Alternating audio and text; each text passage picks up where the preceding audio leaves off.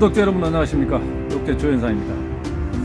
오늘 지난주에 상당히 추운 매서운 강추위가 지나고 오늘은 좀 비교적 푸근한 날씨입니다. 난실에 모처럼 나왔더니 햇살도 좀 따뜻하게 내려쬐고 대안이 지났죠. 아주 큰 추위가 지났습니다. 조금 더 추울 것 같은 소원이 남아있긴 합니다만 뭐 입춘이 머지 않았죠. 제가 알기로는 다음 주쯤이면 입춘이 될 걸로 이렇게 알고 있는데요. 오늘이 1월 22일입니다. 바야흐로 겨울이 무르익고 이제 곧 씨앗 터지기 직전입니다. 겨울이 깊어가면서 이제 난시를 관리하시면서 여러 가지 이제 질문들을 많이 주시고 계십니다. 그 중에서도 이제 비료를 줘야 되냐 말아야 되냐. 야, 근데 비료는 안 줘야 되고 또 활력제는 줘도 되고, 그럼 활력제는 또 뭐냐. 그래서 비료와 활력제에 대한 것을 질문을 많이 주셨습니다. 또한 어떤 거는 주면 되고 어떤 건 주지 말아야 되느냐, 이런 이제 질문도 많이 주셨는데요. 지난해 1월에 제가 1월의 난관리와 2월의 난관리를 촬영을 하면서 그때 제가 촬영을 한 기억이 있습니다. 신화 돼지 만들기, 이것이 답이었다. 강조를 했더니 침이 막 튑니다. 신화를 좀 겨울에 좀 튼실하게 튼실하게 만들어서 봄에 좀 건강하게 키우는 방법, 그 비법에 대해서 제가 지난해 촬영을 한 것으로 알고 있습니다. 혹시 궁금하신 분들은 리와인드 시켜가지고 대감께서 지난해 영상이지만 한번 찾아보시면 좋을 것 같습니다. 부가적으로 이제 그 영상에 제가 미처 못 담았던 부분들을 오늘 또 추가로 말씀드리면서 겨울을 어떻게 마무리를 지을 것인가, 또 그러면서 겨울을 마무리 짓고 나서는 난초들의 신화는 어떻게 건강하게 만들 것인가, 이것에 대해서 말씀을 드리면서 비료와 활력제에 관해서 아주 좀 정확하게 구분을 지어서 말씀을 드리고 싶어서 촬영을 하게 되었습니다. 자, 그러면 비료는 무엇이고 활력제란 무엇인가? 같은 듯 하면서도 좀 다른 부분이 없지 않아 있죠. 한마디로 말씀드리면은 비료라는 것은 식물이 절대적으로 생장에 직접적인 영향을 주는 요소, 흔한 말로 NPK라고 합니다. 질소, 인산, 칼륨. 이것은 이제 직접적으로 식물의 생장에 잎과 꽃과 뿌리에 직접적으로 영향을 주는 생장 물질입니다. 사람으로 따지면 이제 바로 먹는 음식과 같은 것이죠. 사람도 살아가는데 필수적으로 꼭 필요한 생활 요소가 뭐냐면은 단백질, 탄수화물, 지방, 이 세 가지는 반드시 필요하죠. 그러나 이제 사람이 그 단백질과 탄수화물과 지방질만 먹는다고 해서 건강하지는 않습니다. 왜냐하면은 그것은 우리가 칼로리, 열량을 만들어서 실제로 활동을 하는 것에 필요한 영양소지만, 그것을 소화시키고 분해하고 또 그것을 우리 눈, 코, 입으로 보내서 또 심장을 튼튼하게, 혈관을 강하게 하고 이러한 것에 직접적으로 영향을 준다기보다는 그것을 유지시키기 위한 어떤 기본 구성물질, 이것에 도움을 주는 미량 요소라는 게 필요하거든요. 우리가 먹는 미량 요소라고 하면 이제 그것은 이제 우리가 쓰는 뭡니까, 영양학 요소로 비타민이라고 하죠. 비타민 A, B, C, D, Z도 있고 그렇더라고, P도 있고. 식물에서는 흔히 말해서 식물에 필요한 영양소 물질을 총 13가지로 구분을 해서 분류를 하고 있습니다. 그 중에서 이제 3가지가 식물의 직접적인 생장 활동을 유지하기 위해서 필요한 질소, 인산, 칼륨, NPK, 이런 요소가 되겠고요. 나머지 10가지 요소가 이제 미량 원소가 되겠습니다. 그래서 그 미량 원소라는 것은 직접적으로 식물의 생육에 활동하는 직접적인 영향을 주지는 않지만, 그 식물이 바탕을 구성하고 있는 그 바탕 물질, 그게 이제 질소, 인산, 칼륨을 분해하기 위해서 칼슘이 도움을 준다든가, 아니면 여육을 두껍게 하고 벌브를 튼실하게 하고 뿌리를 강하게 하고 어떤 여러 가지 이제 식물을 구성하고 있는 구성 물질을 튼튼하게 해주는 바탕 물질을 생산하는 데 도움이 된다, 이렇게 생각하시면 될 것 같습니다. 그래서 이제 우리가 이 섭취하는 그 영양소 중에서 흔히 이제 그 비타민이라고 하는 것들, 직접적으로 우리가 소화시켜서 힘을 쓰는데 필요하진 않지만, 기타 예를 들어서 눈 떨림이 있다 그러면 마그네슘이 부족하다, 이명 현상이 온다 그럼 철분이 부족하다, 뭐 여러 가지 이제 그런 부작용이 오지 않습니까? 난초도 마찬가지입니다. 그 미량 요소가 부족하게 되면 질소, 인산, 칼륨만 가지고는 건강한 엽육과 햇빛에 뭐 노출됐을 때 강하게 버틴다든가, 또 벌레들이 끼었을 때 그것을 또 버텨낸다든가, 어떤 이런 여러 가지 조금쯤의 부족한 이런 현상들이 일어나게 되죠. 그래서 이제 우리가 난에 주는 비료도 비료라고 구분을 하고 또 미량 요소라고 별도로 구분을 해서 시판이 되고 있죠. 뭐가 있냐고요? 비료는 여러분께 다 아시다시피 뭐 저도 이제 그걸 쓰고 있습니다만, 하이포넥스, 뭐 다이아그로, 뭐 그다음 뭐 바이오그린 988, 뭐 여러 가지 이제 뭐 많이 있습니다.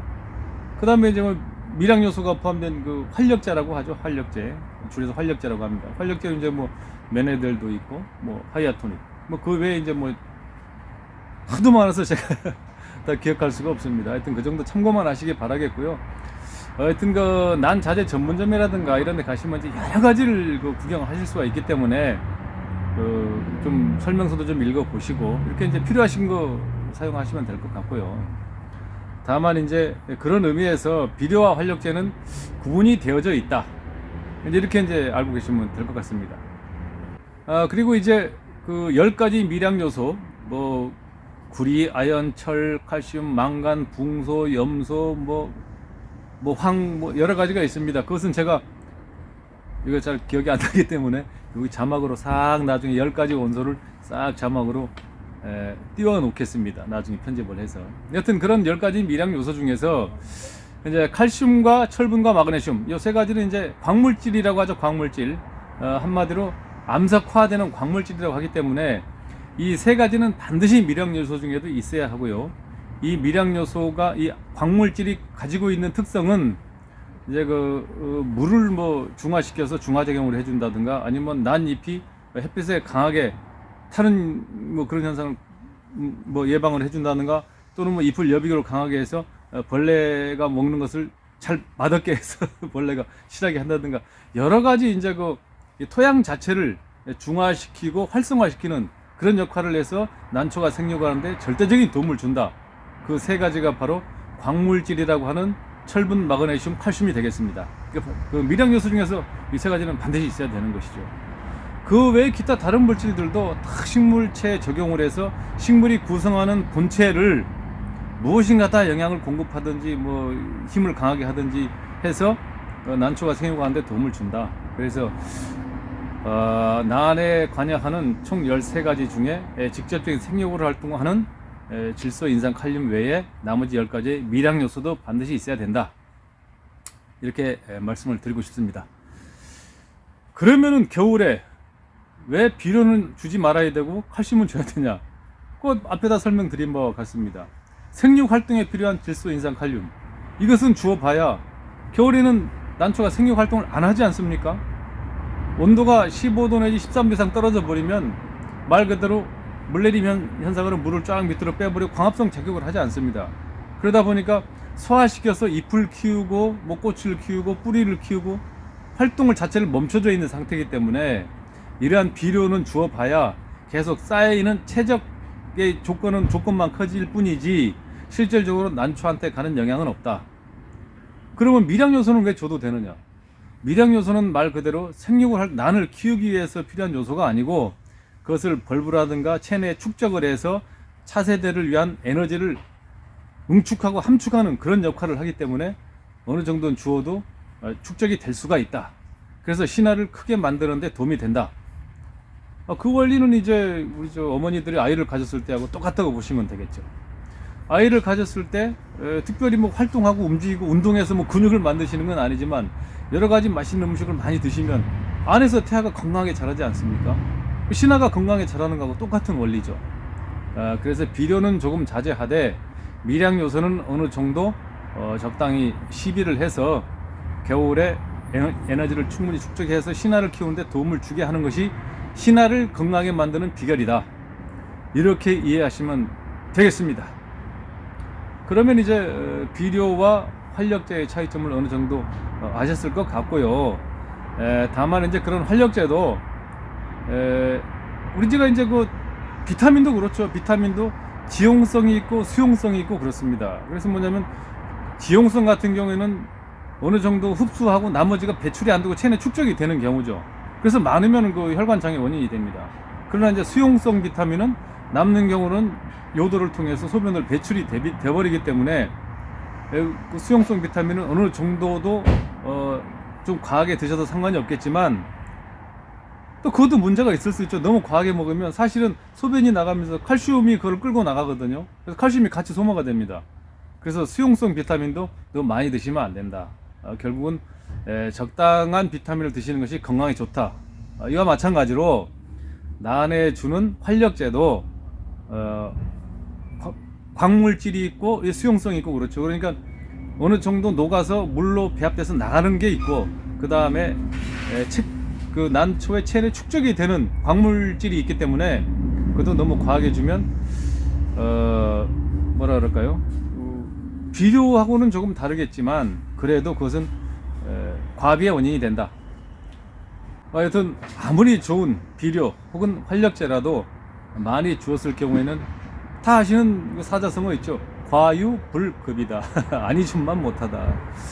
외려 너무 많이 넘치게 주어서 비료 장애나 이런 성장 장애, 생리 장애를 일으키게 만드는 것보다는 조금 부족한 듯 주어서 조금 부족하지만 건강에 자랄 수 있도록 이렇게 관리하시는 것이 좋은 방법이 아닌가 이런 생각이 들어서 한 말씀 드렸습니다.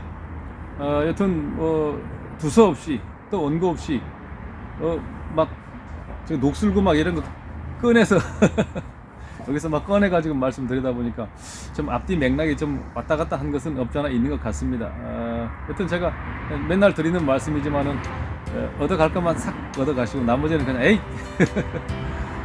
그렇게 하시면 될 것 같습니다. 여튼 겨울이 가기 전에 영양소 관리, 미량원소를 좀 더 주시고 관리 잘 하셔서 겨울째 신화들 통통하게 만들어서 올 한 해도 아주 풍작을 이루시도록 기원 드리겠습니다. 저도 부족하나마 또 낡은 지식 색깔빛 털듯이 먼지 털고 끄집어내서 또 아는 만큼 여러분께 전달해 드리도록 이렇게 노력하겠습니다. 건강한 하루 되시기 바랍니다. 감사합니다.